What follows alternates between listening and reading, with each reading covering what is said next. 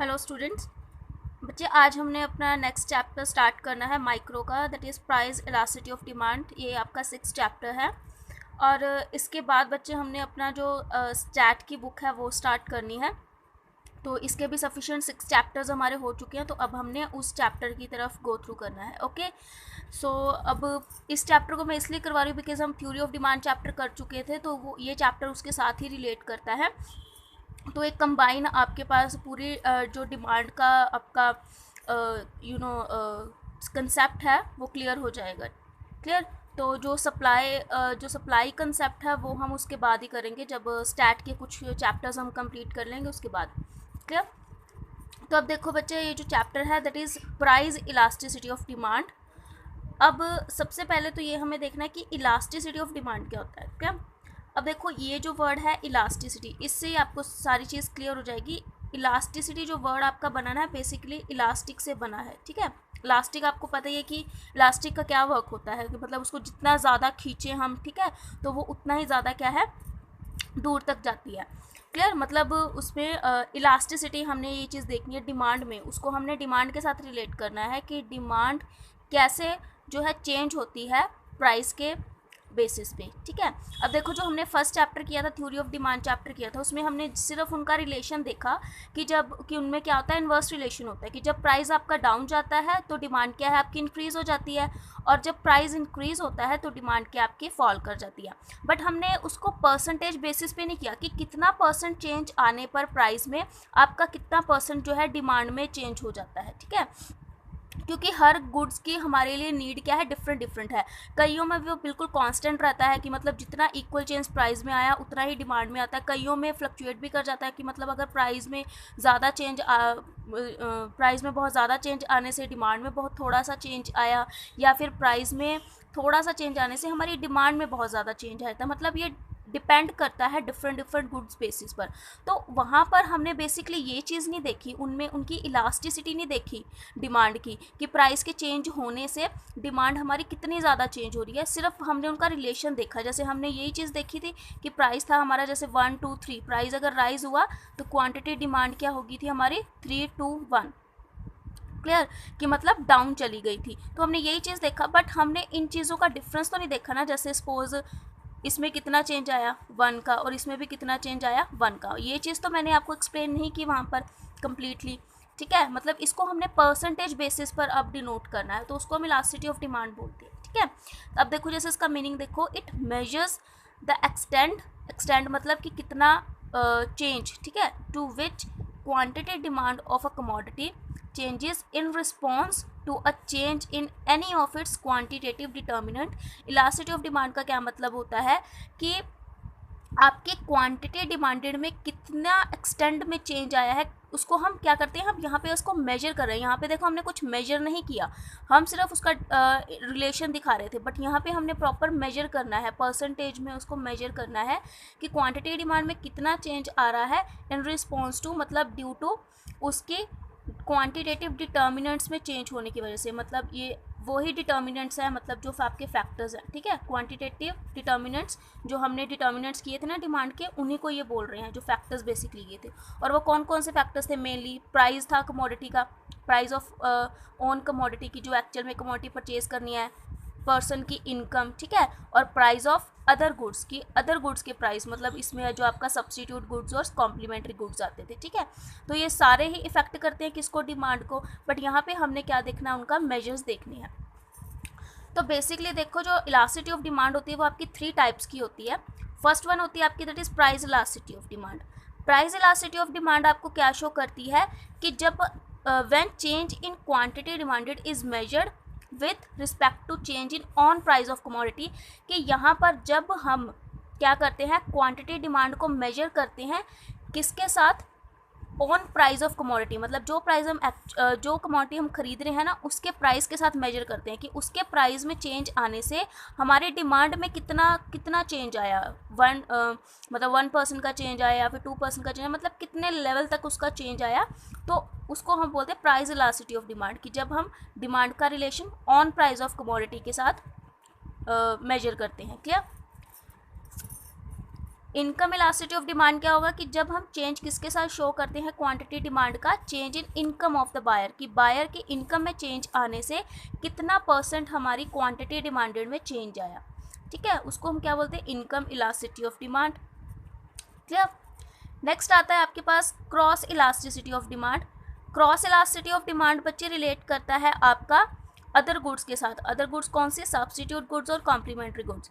इसमें हमने quantity demanded क्या करना है, quantity demand of one commodity को मेजर करना है with respect to change in price of other commodity. क्योंकि देखो इसमें क्या होता था कि एक कमोडिटी की जो क्वांटिटी डिमांड है उसको कौन इफेक्ट करता था, दूसरे गुड के प्राइजेस, ठीक है। तो यहाँ पे हमने क्रॉस इलास्टिसिटी ऑफ डिमांड में क्या करना है, चेंज भी उसी अकॉर्डिंग ही शो करना है कि ये क्या शो कर रहा है कि when change in quantity demand of one commodity, कि एक कमोडिटी के क्वांटिटी डिमांड को जब हम क्या करते हैं, मेजर करते हैं किसके साथ, change in price of other commodity, कि अदर कमोडिटी के प्राइस में चेंज आने से उस दूसरी कमोडिटी की क्वांटिटी डिमांड पे कितना % जो है इफेक्ट आया, उसको हम क्या बोलते हैं, cross elasticity of demand.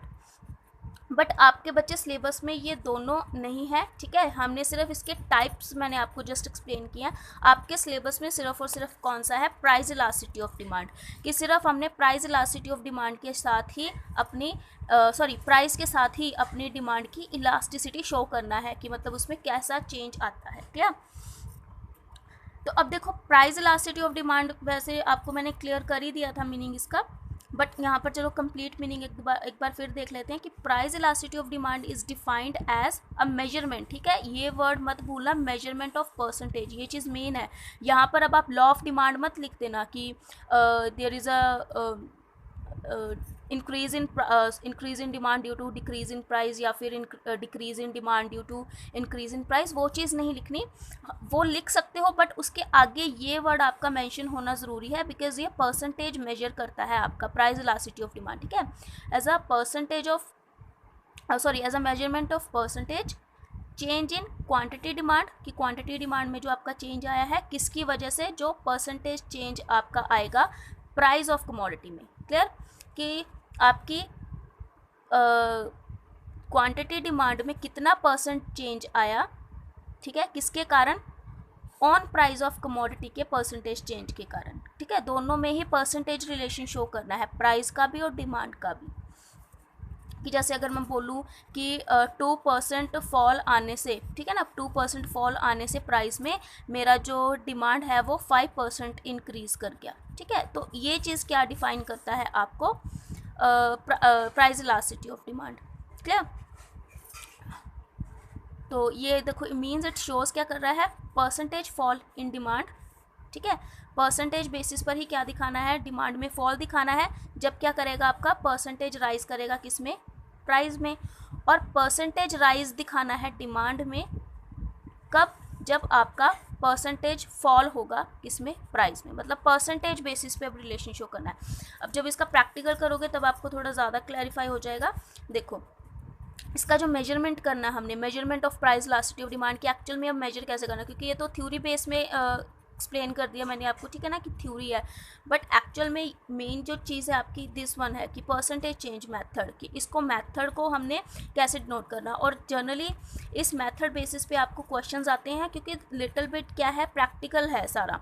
Clear, बहुत इजी चैप्टर है, इसमें ज़्यादा डिफ़िकल्टी नहीं है, सिर्फ आपको ये मेथड समझ में आना चाहिए, उसके बाद ज़्यादा कुछ प्रॉब्लम नहीं है, क्योंकि जनरली इस मेथड से ही आपको क्या है, क्वेश्चंस आते हैं, ठीक है, इसमें से ज़्यादा प्रैक्टिकल ही सेट होता है आपका।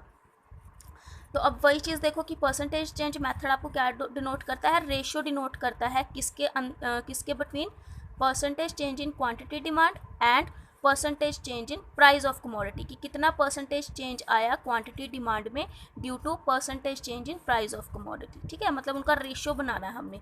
तो रेशियो बनाओगे तो ऑब्वियसली इसको कैसे डिनोट करोगे, ऐसे। अब देखो आपने कैसे शो करना है इसको, ईडी मतलब इलास्टिसिटी ऑफ डिमांड, और इसको बच्चे आपने मेन चीज़ देखनी है कि इसको आपने माइनस साइन से जो है डिनोट करना है। क्यों, क्योंकि प्राइस और डिमांड का रिलेशन क्या होता है, इन्वर्स रिलेशन होता है, ठीक है, तो नेगेटिव उनका रिलेशन होता है, तो इसलिए हम यहाँ पर नेगेटिव साइन शो करते हैं। ऊपर आएगा आपका percentage change in quantity demand, क्योंकि इफेक्ट किसका देखना है हमने, क्वांटिटी डिमांड का इफेक्ट देखना है due to change in price. तो आपका जो परसेंटेज चेंज इन प्राइस है वो कहाँ आएगा, नीचे आएगा। ठीक है, ये मेन मेथड आपका। तो अब देखो आगे आगे ये जो आपका मेथड है वो कैसे क्रिएट होता है। अब देखो जो percentage change in quantity demand है, मीन्स ये वाला पार्ट, ठीक है, उसको हमने कैसे निकालना है, change in demand divided by initial demand multiply by 100, क्योंकि परसेंटेज मेथड है तो इसलिए यहाँ पे 100 डिनोट किया। अब देखो चेंज इन डिमांड, डिमांड मतलब कि आपकी डिमांड में कितना चेंज आया। सपोज पहले आप 20 यूनिट कंज्यूम कर रहे थे, अब आप 10 यूनिट कंज्यूम कर रहे हो, तो दोनों का डिफरेंस लेना है आपने, that is change in demand. तो वो कितना हुआ 10, तो चेंज इन डिमांड कितना हुआ 10।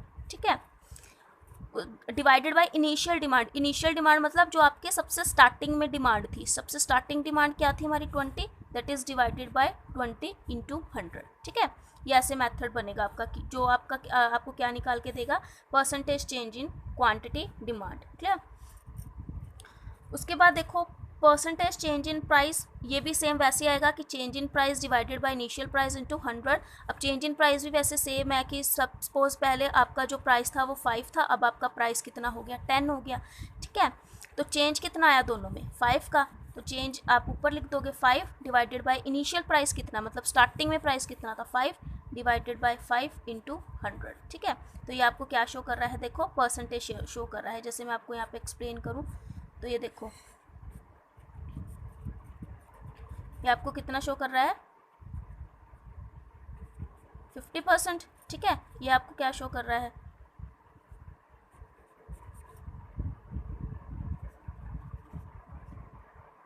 इसका कंप्लीट आ गया 100, कि मतलब इसको आप बेसिकली 1% मान के चलो कि 1% इंक्रीज होने से इसमें कितना चेंज आ गया 5% का चेंज आ गया। ये बेसिकली चीज़ आपको शो करती है। ठीक है, बट यहाँ पे आपका बेसिकली सम नहीं ख़त्म होता, एक्चुअल में जो आपको ये सिर्फ एक डेरिवेशन में बता रही हूँ कि कैसा इसका फॉर्मूला ड्राइव हुआ, जो एक्चुअल में आपको क्वेश्चंस आएंगे वो इस फॉर्मूला से आएंगे। ठीक है, तो उससे हम क्या है, उस थ्योरी बेस से हमने ये इक्वेशन जनरेट करनी है। तो अब देखो, अब अगर देखो ये चीज़ थी आपकी, ठीक है, percentage change in quantity demand को हम ऐसे लिख सकते हैं और परसेंटेज चेंज इन प्राइस को हम ऐसे लिख सकते हैं। तो अगर मैं इन चीज़ों को यहाँ पर पुट कर दूँ तो गलत तो नहीं होगा। ठीक है, ये चीज़ सही है, यहाँ पे इसको मैंने यहाँ पुट कर दिया। क्लियर। तो अब देखो इसको अब मैंने इक्वेशन बेस पे लेके चलना है। ठीक है ना, मतलब हमने अपनी जो इकोनॉमिक्स की हमारी वैल्यूज़ हैं उन बेसिस पर लेके चलना है कि हम चेंज इन डिमांड को हम कैसे डिनोट करते हैं, क्यू से डिनोट करते हैं, और प्राइस को कैसे डिनोट करते हैं, पी से डिनोट करते हैं। ठीक है, तो अब देखो चेंज इन डिमांड क्या होगा आपका, जब हम क्या कर देंगे Q1 में से माइनस कर देंगे, यहाँ पे बच्चे Q0 या फिर Q0 लिख लो। ठीक है,